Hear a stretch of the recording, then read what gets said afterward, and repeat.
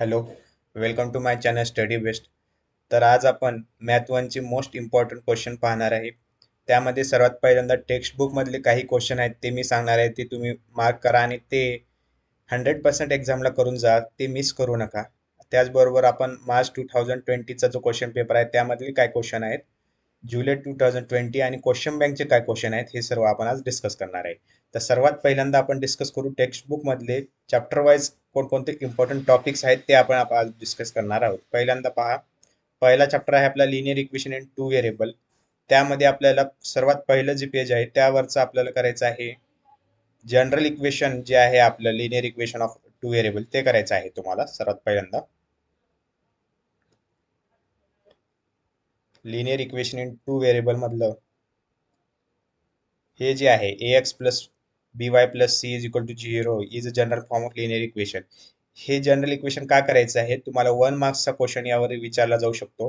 तुम्हाला एक इक्वेशन दिलं जाईल, लिनियर इक्वेशन आहे का नाही हे विचारलं जातं. तर हा खूप इम्पॉर्टंट आहे. तुम्हाला जनरल इक्वेशन माहीत असणं गरजेचं आहे. अशा प्रकारचं तुम्हाला कोणते एक इक्वेशन दिलं जाईल, ते लिनियर इक्वेशन आहे का नाही ते विचारलं जाईल आणि त्यावर रिझन पण विचारलं जाईल का linear equation in two variable आहे. तर हे तुम्हाला करायचं आहे फर्स्ट चॅप्टरमध्ये सर्वात पहिल्यांदा. मी हे जे रॉंग केलेलं आहे हा पार्ट डिलीट झालेला आहे, हा पार्ट तुम्हाला करायची गरज नाहीये. त्यानंतर पहा नेक्स्ट, जे अशा प्रकारचे जे एक्झाम्पल आहेत हे तुम्हाला मिस करायचं नाही. हे 3 मार्क्सला तुम्हाला क्वेश्चन विचारला जाऊ शकतो. 15x plus 17y is equal to 21 आणि 17x plus 15y is equal to 11 अशा प्रकारचे एक्झाम्पल तुम्हाला करायचं आहे. यामध्ये तुम्हाला दोन इक्वेशन पहिल्यांदा ऍड करायचे, दोन इक्वेशन सबट्रॅक्ट करायचे, आलेले दोन इक्वेशन पुन्हा सॉल्व्ह करायचे आणि जे आलेले व्हॅल्यू एक्स आणि वायचे व्हॅल्यू काढायचे. तर अशा प्रकारचा जे न्यूमेरिकल एक्सरसाइज मध्ये पण या प्रकारचे दोन एक्झाम्पल आहेत आणि सॉल्व्ड एक्झाम्पल मध्ये हे एक एक्झाम्पल आहे. हे तीन एक्झाम्पल पैकी कुठलेही एक एक्झाम्पल जरी केलं तर तुम्हाला चालेल. ते एक्झाम्पल तुम्हाला इम्पॉर्टंट आहे एक्झाम पॉईंट ऑफ व्ह्यू, 3 मार्क्सला विचारला जाऊ शकतो. तर प्रॅक्टिस सेट 1.1 मधल्या सुरुवातीचा काही पार्ट डिलीट झालेला आहे. तर हे दोन एक्झाम्पल तुम्हाला चांगले करायचे आहेत. ह्या दोन एक्झाम्पल पैकी हे 8 नंबरचे एक्झाम्पल जरा व्यवस्थित करा, हे इम्पॉर्टंट आहे. हे नाही तर व्हॅल्यू चेंज करून या ठिकाणी विचारलं जातं, पण या टाईपचं क्वेश्चन तुम्हाला 3 मार्क्सला विचारला जाऊ शकतो. म्हणून 8 नंबरचे एक्झाम्पल जरा व्यवस्थित करा. त्यानंतर next, graph of linear equation graphical मेथडमध्ये तुम्हाला सर्वात पहिल्यांदा 2 मार्क्सला ऑर्डर पेयर्स विचारले जाऊ शकतात. ते ऑर्डर पेयर्स तुम्हाला कसे विचारले जातील, तुम्हाला असा बॉक्स दिला जाईल. त्या ठिकाणी एक्स वायच्या व्हॅल्यूमध्ये एक्सची व्हॅल्यू दिली असेल वायची व्हॅल्यू काढायला लावतील, वायची व्हॅल्यू दिली असेल एक्सची व्हॅल्यू काढायला लावतील, किंवा एक्सची व्हॅल्यू दिली असेल वायची व्हॅल्यू काढायला लागतील. असे वेगवेगळ्या प्रकारचे तुम्हाला इथं फिल इन द ब्लँक्स करून ऑर्डर पेयर्सच्या रिलेटेड तुम्हाला 2 मार्क्सचा एक क्वेश्चन या ठिकाणी विचारला जाऊ शकतो. त्यामुळे तुम्हाला ऑर्डर पेयर्स कशा काढायचे हे तुम्हाला माहित असणे गरजेचे आहे. खूप सोपं आहे. एक्सच्या ठिकाणी समजा 1 व्हॅल्यू आपल्याला पुट करायची इक्वेशन मध्ये, ऑब्व्हियसली आपल्याला वायची व्हॅल्यू येईल आणि एक्स वायचे कॉर्डिनेट्स येतील. तर या प्रकारचा ऑर्डर पेयर्सचा तुम्हाला 2 मार्क्सचा क्वेश्चन या ठिकाणी एक्झामला विचारला जातो. तो तुम्हाला व्यवस्थित करायचा आहे. ग्राफिकल मेथडमध्ये सॉल्व्ह करण्यासाठी जे एक्झाम्पल आहे ते तुम्हाला सांगतो मी. आता एक्झरसाइज मधलं बघायचं आहे तुम्हाला. हे जे एक्झाम्पल मी सांगितलं की हे जे येलो मध्ये जे मी मार्क केलेलं आहे हे इम्पॉर्टंट आहे, जे तुम्हाला 2 मार्क्सला क्वेश्चन विचारला जाऊ शकतो. प्रॉब्लेम सेट मध्ये पण असं एक एक्झाम्पल आहे, ते तुम्हाला व्यवस्थित करायचं आहे. त्यानंतर क्वेश्चन 2 मध्ये जर बघितलं तर ग्राफिकल मेथड जे आपल्याला 4 मार्क्सला जो क्वेश्चन जर ग्राफिकल मेथडचा येऊ शकतो, किंवा 3 मार्क्सला सुद्धा विचारला जातो. 3 मार्क्सला विचारला तर हा 3 नंबरचा जो क्वेश्चन आहे हा विचारला जाऊ शकतो. आणि जर 4 मार्क्सला विचारला तर हा 6 नंबरचा जो क्वेश्चन आहे हा विचारला जाऊ शकतो. या ठिकाणी तुम्हाला असं प्रयत्न करायचा की ऑर्डर पेयर फ्रॅक्शन मध्ये यायला नाही पाहिजे. जर फ्रॅक्शन मध्ये आले तर ग्राफ ड्रॉ करताना तुम्हाला एक्झॅक्ट सोल्युशन भेटणार नाही. त्यामुळे असं ट्राय करायचं आहे की जेव्हा ऑर्डर पेयर्स काढतोय ते साध्या नंबर मध्ये यावे, फ्रॅक्शन्स मध्ये येऊ नये. आणि यानंतर 6 नंबरचं जे एक्झाम्पल आहे हे ग्राफ काढताना थोडंसं डिफिकल्टी जाऊ जाते, म्हणून हे 4 मार्क्सला तुम्हाला एक्झाम्पल विचारलं जाऊ शकतं. तर या प्रॅक्टिस सेट मधलं तुम्हाला हे पहिले दोन 2 मार्क्सचे, हे 3 मार्क्सचा क्वेश्चन आणि हा 4 मार्क्सचा क्वेश्चन तुम्हाला म्हणून विचारला जाऊ शकतो. व्हॅल्यू चेंज केलं जाऊ शकते, पण या टाईपचा क्वेश्चन तुम्हाला विचारला जाऊ शकतो. त्यानंतर नेक्स्ट पहा, नेक्स्ट जी मेथड आहे आपली ती आहे क्रॅमर्स रूल आहे. त्या अगोदर डिटर्मिनंट काय असतं, डिटर्मिनंट कसं सॉल्व्ह करायचं सर्वांना माहिती आहे. एडी मायनस बीसी असं सॉल्व्ह करायचं असतं.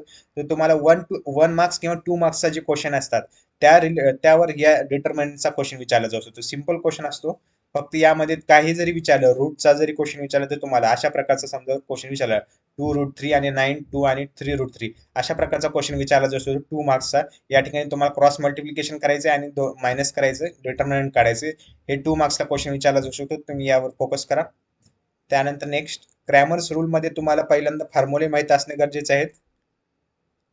कारण तुम्हाला हे फॉर्म्युले तिन्ही तुम्ही लक्षात ठेवा पहिल्यांदा.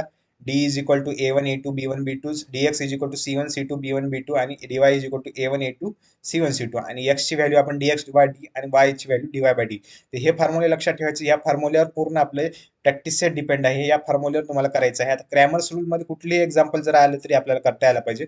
फक्त फॉर्म्युला जर लक्षात ठेवला आणि ह्या स्टेप तुम्हाला लक्षातच आहे. पहिल्यांदा दिलेली equation X plus B Y plus is equal to C form मध्ये लिहायचं. पुन्हा D D X D Y value find करायच्या युझिंग फॉर्म्युला आणि X is equal to D X by D आणि Y is equal to D Y by D आणि X Y आणि वायच्या value आपल्याला या ठिकाणी फाइंड करता येतील. तर या ठिकाणी काही न्यूमेरिकल्स आहेत, सॉल्ड एक्झाम्पल आहेत. कुठलेही सर्व एक्झाम्पल करायची गरज नाही. काही एक दोन एक्झाम्पल तुम्ही करू शकता. त्यातल्या त्यात तुम्ही हे जे एक्झाम्पल आहे, जे ऍक्टिव्हिटी रिलेटेड दिलेलं आहे, हे एक्झाम्पल तुम्ही सॉल्व्ह करून बघा. कारण काय होतं, कारण बोर्ड एक्झामला जे आपल्याला ऍक्टिव्हिटीचे जे क्वेश्चन आहेत ते डायरेक्टली आपल्याला बुक मधले जशा तसे क्वेश्चन विचारले जातात. तर अशा प्रकारचे जेवढे जेवढे बुकमध्ये ऍक्टिव्हिटी रिलेटेड क्वेश्चन आहेत ते सर्व क्वेश्चन करा. जसे तसे क्वेश्चन तुम्हाला बोर्ड एक्झाम मध्ये तुम्हाला दिसू शकतात. म्हणून हे ऍक्टिव्हिटी रिलेटेड क्वेश्चन तुम्ही डायरेक्टली जेवढे काय आहेत ते करायचे आहेत. म्हणून हा क्वेश्चन तुम्ही तेवढा सॉल्व्ह करून पहा. त्यानंतर एक्झाम्पल बघायचे राहिले तर अशा प्रकारचे पुन्हा ऍक्टिव्हिटीचा क्वेश्चन आहे. अशा प्रकारचा फक्त तुम्हाला विचारला जाऊ शकतो.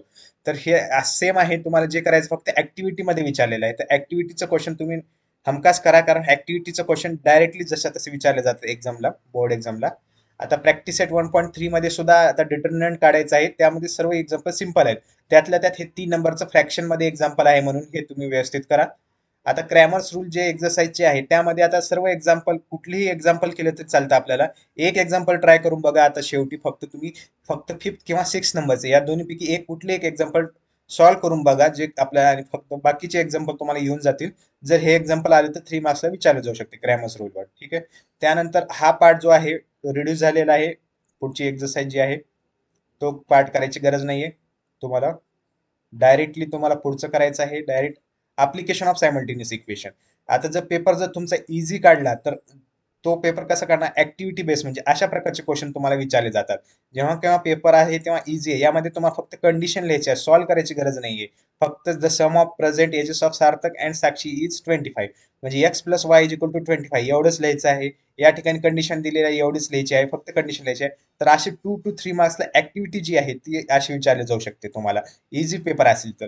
जर डिफिकल्ट पेपर असेल, थोडासा डिफिकल्ट पेपर असेल तरच तुम्हाला दुसरे क्वेश्चन विचारले जातात यावर. अप्लिकेशन रिलेटेड क्वेश्चन आता सॉल्ड एक्झाम्पल मध्ये पण तुम्ही पाहिले आहेत, वेगवेगळे एक्झाम्पल आहेत, ते तुम्ही ट्राय करा. फक्त जे मी मोस्ट इम्पॉर्टंट आहे मी ते तुम्हाला सांगतो. अशा प्रकारचे एक एक्झाम्पल जुन्या सिलेबस मध्ये विचारलेलं आहे, पण हे 5 मार्क्सला विचारलं होतं. आता यावेळेस 4 मार्क्सला विचारेल ही शक्यता कमी आहे. तरी तुम्ही ट्राय करून पहा. त्यानंतर हे या प्रकारचे एक्झाम्पल तुम्हाला विचारले जाऊ शकते.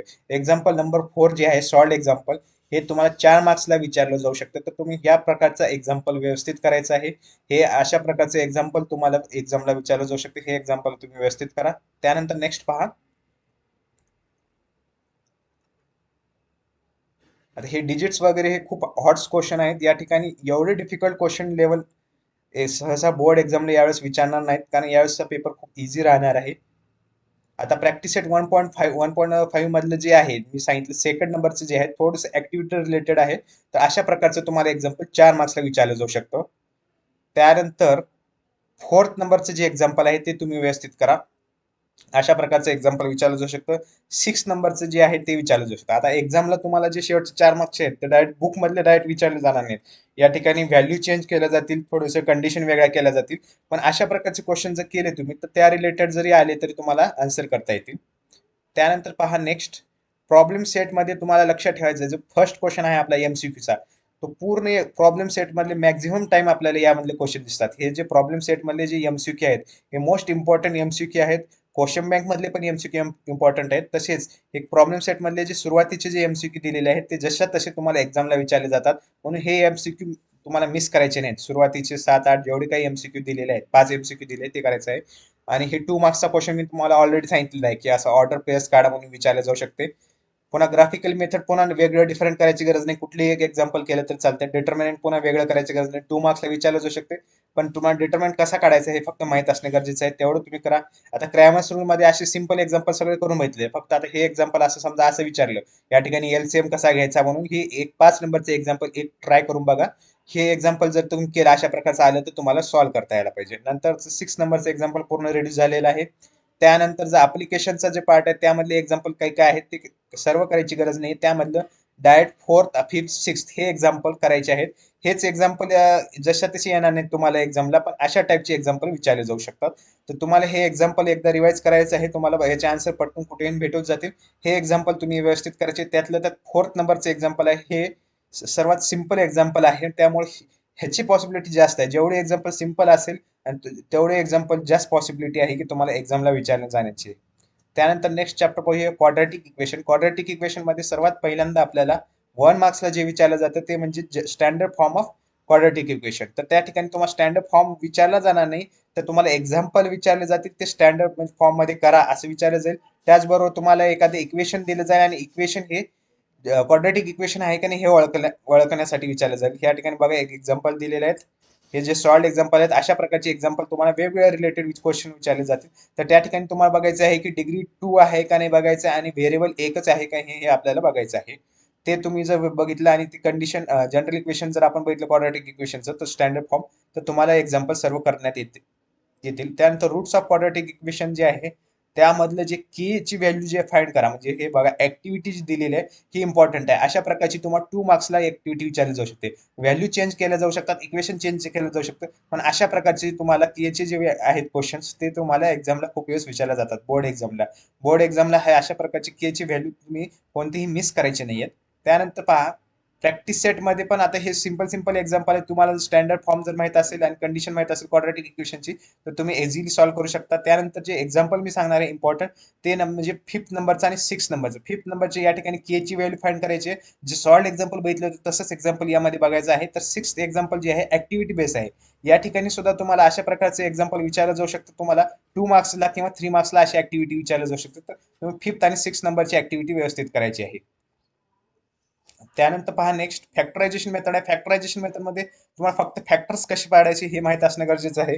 त्यामध्ये सर्वात मुलांना डिफिकल्ट जातं ते म्हणजे रूटचं. तर ते रूटचं तेवढे एक्झाम्पल तुम्ही व्यवस्थित करा आणि बाकीचे 1-2 एक्झाम्पल फक्त सॉल्व्ह करून बघा. तर या ठिकाणी एक्झाम्पल नंबर 4 जे आहे हे पण थोडंसं डिफरंट आहे. काही जणांना X square is equal to 3 दिल्यानंतर फॅक्टर कसे पाडावे हे कळत नाही. त्यामुळे X square A square minus B स्क्वेअरचा फॉर्म्युला वापरून या ठिकाणी आपल्याला करायचं आहे, हे करायचे आहे. त्यानंतर 6 नंबरचं जे एक्झाम्पल आहे ते आहे रूटचे एक्झाम्पल आहे. या ठिकाणी रूटचे कसे फॅक्टर पाडायचे हे पण माहित असणं गरजेचं आहे. म्हणून 5th आणि 6th नंबर 4th आणि 5th नंबरचे जे सॉल्ड एक्झाम्पल आहे ते तुम्हाला व्यवस्थित करा. त्यानंतर नेक्स्ट पहा प्रॅक्टिस सेट 2.2 मध्ये पुन्हा 7th नंबरचं एक्झाम्पल आहे. रूट मध्ये आहे, ऍक्टिव्हिटी रिलेटेड आहे. तर 3 मार्क्सला हा मोस्ट इम्पॉर्टंट क्वेश्चन आहे. अशा प्रकारचा एकदा क्वेश्चन जुन्या सिलेबसमध्ये विचारण्यात आलेला आहे, त्यामुळे यावेळेस रिपीट होऊ शकतो हा क्वेश्चन. तुम्हाला व्यवस्थित करायचा आहे ही ऍक्टिव्हिटी. त्यानंतर 8 नंबरचा क्वेश्चन जो आहे तो पण करा व्यवस्थित. रूट मध्ये आहे या ठिकाणी 8 नंबरचा काही खूप जणांना डिफिकल्ट जाऊ शकतो. हा हॉट्स क्वेश्चन आहे, स्टार पण दिलेला आहे. तर हा क्वेश्चन तुम्ही व्यवस्थित करा. बाकीचे क्वेश्चन खूप इझी आहेत. त्यानंतर 12 नंबरचा क्वेश्चन जो आहे अशाच प्रकारचा आपण क्वेश्चन अगोदर सॉल्ड एक्झाम्पल केलंय, त्यामुळे रिपीट करायची गरज नाहीये. त्यानंतर नेक्स्ट पार्ट तो डिलीट झालेला आहे. कम्प्लीट स्क्वेअर मेथड पूर्ण डिलीट झालेले, करायची गरज नाहीये. त्यानंतर नेक्स्ट जर बघितलं तर फॉर्म्युला मेथड मध्ये पहिल्यांदा फॉर्म्युला तुम्हाला पाठ असणं गरजेचं आहे. हा फॉर्म्युला जर पाठ असेल तर तुम्हाला सर्व एक्झाम्पल येतील व्यवस्थित. त्यानंतर नेक्स्ट पहा सॉल्ड एक्झाम्पल मध्ये सर्व करायची गरज नाही. त्यानंतर सेकंड एक्झाम्पल जे आहे ते तुम्ही एक ट्राय करून बघा फक्त फॉर्म्युला मेथडनं. यामध्ये थोडंसं कॉमन करण्यामध्ये वगैरे चुका होऊ शकतात, म्हणून हे एक्झाम्पल इम्पॉर्टंट आहे. त्यानंतर नेक्स्ट हा पार्ट डिलीट झालेला फॉर मोर इन्फॉर्मेशनचा. आता प्रॅक्टिस सेट 2.4 मध्ये काही वेगळं नाही. एबीसीच्या व्हॅल्यू काढा म्हणून आपल्याला 1 मार्क्स किंवा 2 मार्क्सला विचारलं जातं. तर हे 3 नंबरचं एक्झाम्पल तुम्ही ट्राय करा युझिंग फॉर्म्युला मेथड. आता एवढ्यापैकी कुठले एक एक्झाम्पल करायचं तर 5th नंबरचं एक्झाम्पल करा, फ्रॅक्शन मध्ये दिलेलं आहे तेवढं करा, बाकी काही करायची गरज नाही फॉर्म्युला मेथड मध्ये. पुन्हा अशा प्रकारचा क्वेश्चन तुम्हाला विचारला जाऊ शकतो फ्लो चार्ट मध्ये. तुम्हाला एक्स असं इक्वेशन दिलं जाईल, त्यामध्ये एबीसी काढा, बी स्क्वेअर मायनस 4ac काढा, राईट द फॉर्म्युला करा, आणि अशा प्रकारे 3 मार्क्सला क्वेश्चन विचारला जाऊ शकतो. तुम्हाला हा क्वेश्चन करायचा आहे व्यवस्थित. त्यानंतर नेक्स्ट पहा नेचर ऑफ रूट्स मध्ये तुम्हाला हे नेचर पार्ट असणे गरजेचं आहे.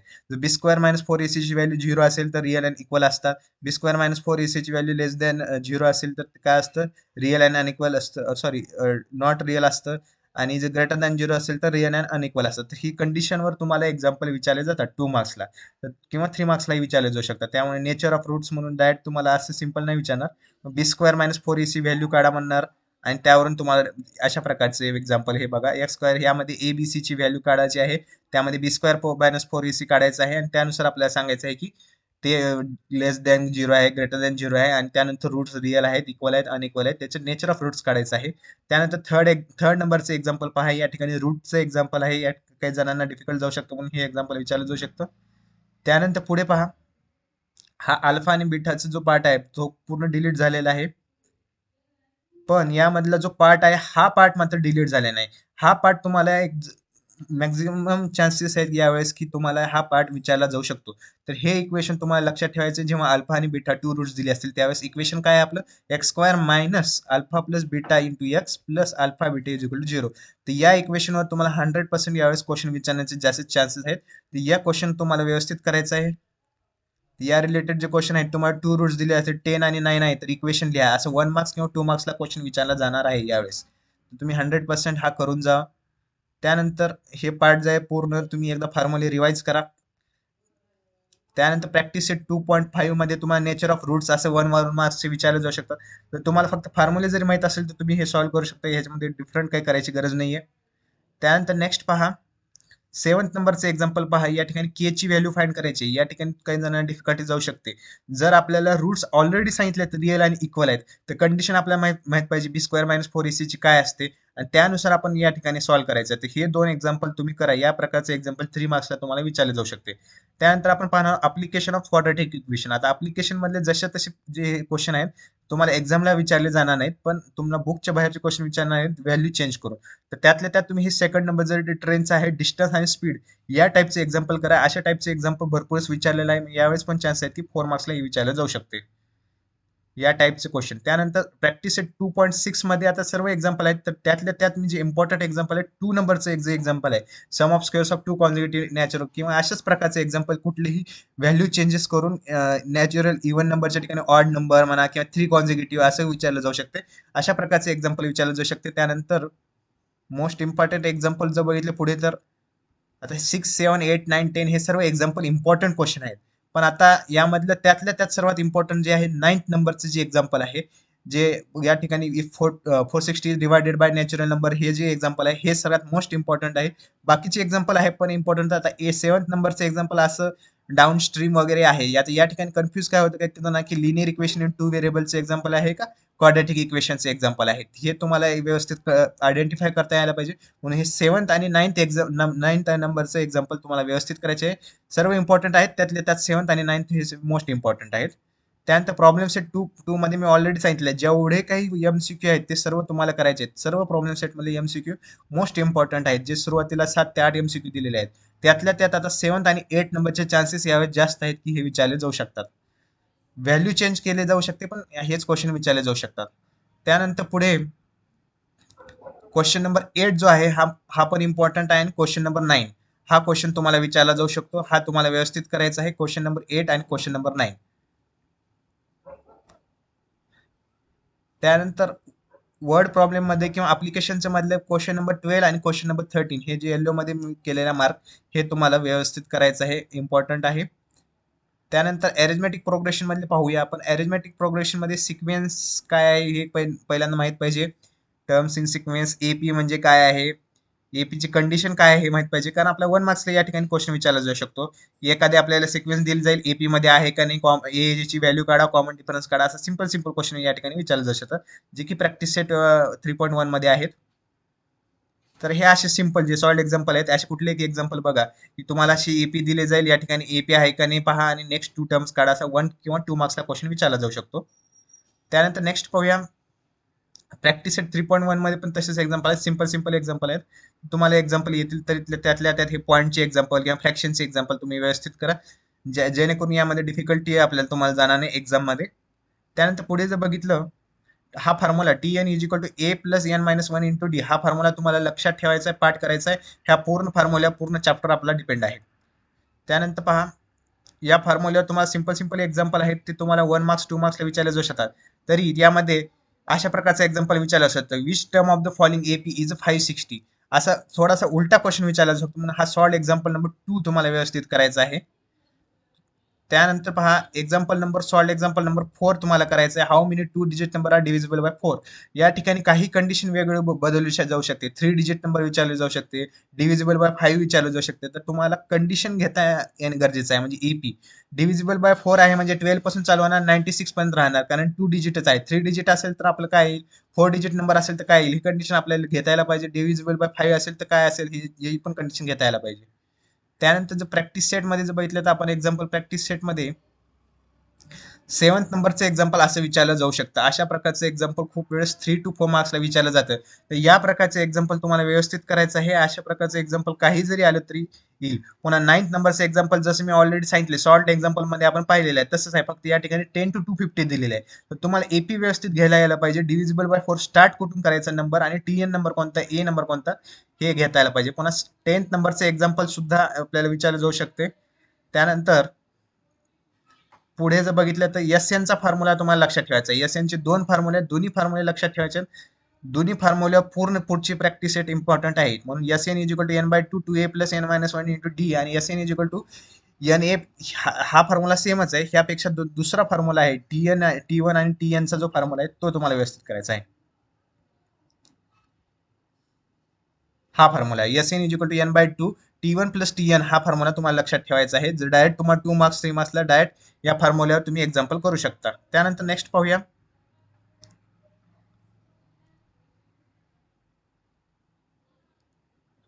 अशा प्रकारचे एक्झाम्पल मी जे टीएन मध्ये पण विचारलं तसं एस एन मध्ये पण विचारलं शकतो. Find the sum of all odd numbers from 1 to 150.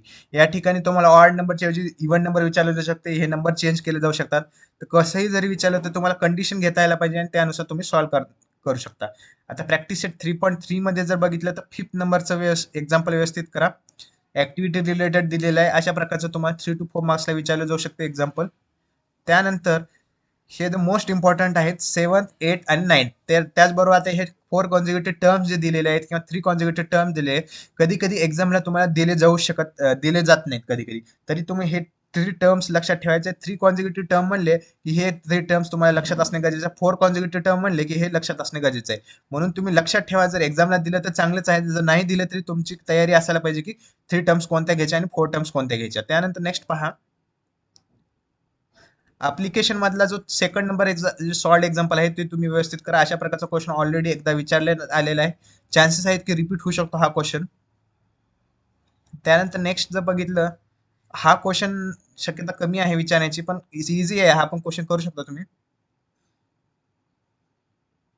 Practice set 3.4 मधलं जे 4th नंबरचं एक्झाम्पल आहे ते इम्पॉर्टंट क्वेश्चन आहे, ते तुम्हाला करायचं आहे. थोडंसं वेगळ्या पद्धतीने केलेलं आहे.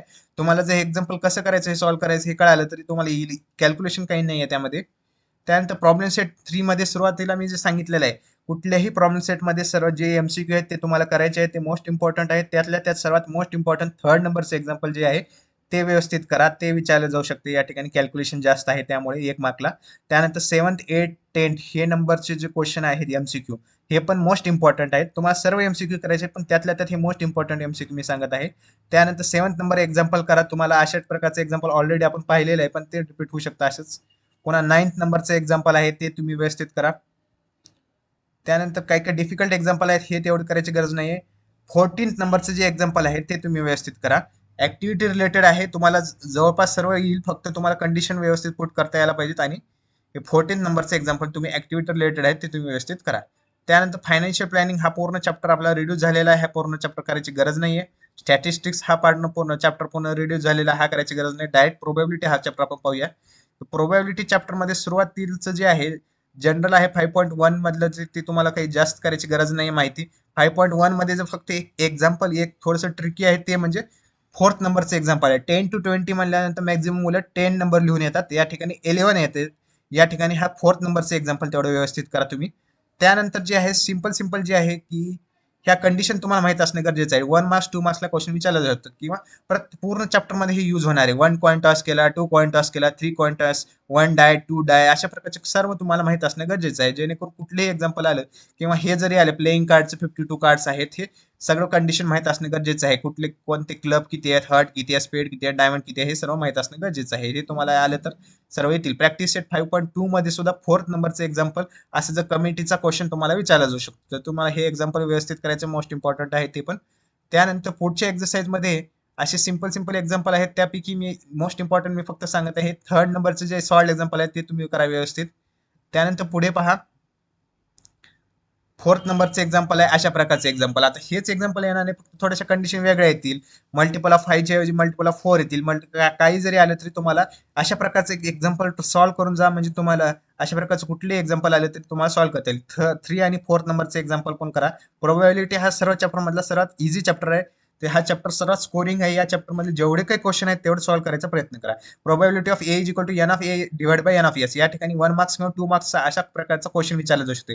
तुम्हाला प्रोबॅबिलिटी ऑफ ए दिले जाईल, एन ऑफ ए दिला जाईल, एन ऑफ एस काढा. एन ऑफ एस दिला असेल, प्रोबॅबिलिटी ऑफ ए दिला असेल, एन ऑफ ए काढा. असं काही एकमेकांचे विचारलं जाऊ शकतो. म्हणून हा फॉर्म्युल्यावर तुम्हाला एक्झाम्पल करायचे आहेत. 1 मार्क्स 2 मार्क्सला विचारले जाऊ शकतात. आणि प्रोबॅबिलिटीचे एक्झाम्पल तर तुम्हाला विचारले जाणारच आहेत. 3 नंबरचे एक्झाम्पल करा जे इम्पॉर्टंट आहे. त्यानंतर पहा नेक्स्ट, हे कंडिशन लक्षात ठेवा. प्रोबॅबिलिटी 0 to 1 मध्ये असते. 1/4 ला 25% लिहिलं जाते, 1/2 ला 50% लिहिलं जाते. यूज होऊ शकते कुठेतरी. प्रॅक्टिस सेट 5.4 मध्ये एक्झाम्पल नंबर 4 करा. या प्रकारचे एक्झाम्पल तुम्हाला विचारले जाऊ शकते. 2, 3, 5, 7, 9 आहे विदाउट रिपिटेशन विचारले. कधी कधी विथ रिपिटेशन असं विचारलं जातं. ते हॉट्स क्वेश्चन आहेत, तो तुम्हाला क्वेश्चन व्यवस्थित करायचा आहे. त्यानंतर प्रॉब्लेम सेट 5 मधले जे पहिला जे आहे पूर्ण क्वेश्चन व्यवस्थित करायचं आहे. पूर्ण क्वेश्चन तुम्हाला कधीही मी सांगितलेलं आहे, जेवढे एमसीक्यू आहेत ते तुम्हाला व्यवस्थित करायचे. त्यातल्या त्यात 5th नंबरचं एक्झाम्पल तुम्हाला विचारण्यात जाऊ शकतात, कारण ऑलरेडी हे विचारण्यात आलेलं आहे. त्यानंतर पुढे पहा, एक्झाम्पल नंबर 5 पहा, ते पण इम्पॉर्टंट आहे. एक्झाम्पल नंबर 8 आहे, ते पण इम्पॉर्टंट आहे. डायरेक्ट क्वेश्चन जसं तसं नाही विचारणार, पण थोडेसे व्हॅल्यू चेंज करून या ठिकाणी हा क्वेश्चन विचारले जाऊ शकतात. त्यानंतर एक्झाम्पल नंबर 12 पहा, आणि example number 15 most important example आहे. हे एक्झाम्पल तुम्हाला जर 4 मार्क्सला विचारलं तर हेच चान्सेस आहेत की हे विचारलं जाऊ शकते. 0, 1, 2, 3, 4 आणि रिपिटेशन इज अलाउड या ठिकाणी विचारले. भरपूर जणांना रिपिटेशन नॉट अलाउड सवय झाली असते, डायरेक्ट नॉट रिपिटेशन केलं असं, म्हणजे या ठिकाणी कंडिशन 1, 1, 2, 2, 3, 3, 4, 4 ह्या कंडिशन सुद्धा ऍड होणार आहेत. त्यानंतर क्वेश्चन नंबर 16 पण इम्पॉर्टंट क्वेश्चन आहे, तुम्हाला करायचा आहे. 3 मार्क्सला किंवा 4 मार्क्सला विचारला जाऊ शकतो. 15 आणि 16. आणि त्यानंतर 6 जो चॅप्टर आहे तो स्टॅटिस्टिक्स पूर्ण रिड्यूस झालेला आहे. हे होते मोस्ट इम्पॉर्टंट क्वेश्चन. आता यानंतर आपण पाहूया मार्च 2020 चा पेपर एकदा रिवाइज करून पाहूया काय आहे. यामधला जो सेकंड एक्झाम्पल आहे बघा, मी आता सांगितलं होतं क्वाड्रॅटिक इक्वेशन, जनरल इक्वेशन आहे, अशा प्रकारचे एक्झाम्पल विचारलेलं आहे. पुन्हा थर्ड नंबरचं एक्झाम्पल बघा कसं विचारलेलं आहे, डीएक्स डीवाय विचारलेलं आहे. या ठिकाणी क्रॅमर्स रूल आहे, सिंपल आहे.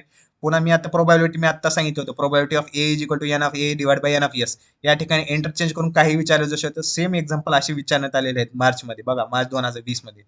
पुन्हा बघा सिंपल बघा. पुन्हा त्यानंतर क्वेश्चन 1B मध्ये जे आहेत 1 मार्क्सचे, या ठिकाणी बघा एपीचं विचारलेलं आहे, ए दिलेलं आहे, डी दिलेलं आहे, तुम्हाला टर्म विचारलेले आहेत. पण हा सेकंड क्वेश्चन रिड्यूस आहे. थर्ड क्वेश्चन मध्ये बघा ए आणि बी ची व्हॅल्यू विचारलेली आहे. मी ऑलरेडी सांगितलं एबीसी ची व्हॅल्यू आहे. या ठिकाणी काय केलंय 15x, मी 3 मार्क्स साठी इम्पॉर्टंट क्वेश्चन प्रॅक्टिस सेट 1.4 मध्ये 1.1 मधला सांगितला होता. तसंच एक्झाम्पल आहे, पूर्ण एक्झाम्पल करायची गरज नाही, फक्त एक्स प्लस वाय फक्त कॉमन पार्ट काढायचा आहे. मी तुम्हाला सांगितलं की ऑर्डर पेस तुम्हाला 2 मार्क्स विचारले जाऊ शकतात. बघा या ठिकाणी विचारण्यात आलेलं आहे मार्च 2020 ला. तर तुम्हाला अशा प्रकारचे क्वेश्चन सर्व करायचे आहेत. पुन्हा बघा या ठिकाणी एपी दिलेला आहे, त्या ठिकाणी ए ची व्हॅल्यू दिलेली आहे, डी ची व्हॅल्यू दिलेली आहे, S27 म्हणजे एस च्या फॉर्म्युल्यावर तुम्हाला करायचं आहे. ऍक्टिव्हिटी रिलेटेड क्वेश्चन आहे, खूप सिंपल क्वेश्चन आहे, हा तुम्ही करू शकता. त्यानंतर बघा मी प्लेइंग कार्डचं तुम्हाला सांगितलं होतं, प्लेइंग कार्ड सर्व करा. पुन्हा डिजिट जेवढं काय ते बॉक्स दिलेलं आहे तो सर्व करा, कारण या ठिकाणी यूज होणार आहे तुम्हाला. या ठिकाणी बघा ऍक्टिव्हिटी 2 मार्क्सला या ठिकाणी विचारण्यात आलेली आहे. हा मार्च 2020 चा पेपर आहे. बघा मी सांगितलं होतं की फ्रॅक्शन मध्ये तुम्हाला डिटर्मिनंट विचारलं जाऊ शकतं.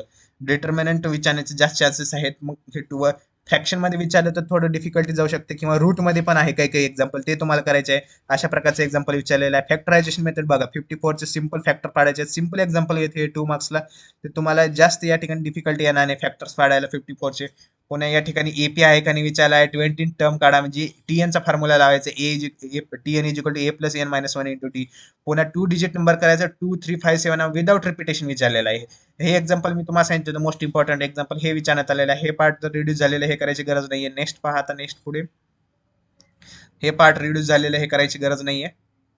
डायरेक्ट पुढे बघा, हे बघा मी सांगितलं होतं तुम्हाला 2 रेड 3 ब्ल्यू 4 ग्रीन, हे अशा प्रकारचे कमिटीचे एक्झाम्पल गेलं होतं, किंवा हे एक्झाम्पल असं विचारलं जाऊ शकतं. डिनॉमिनेटरचा फ्रॅक्शन मी पण सांगितलं होतं, हे इम्पॉर्टंट एक्झाम्पल आहे, तुम्हाला करायचं लिनियर इक्वेशन 2 व्हेरिएबल मधलं आहे.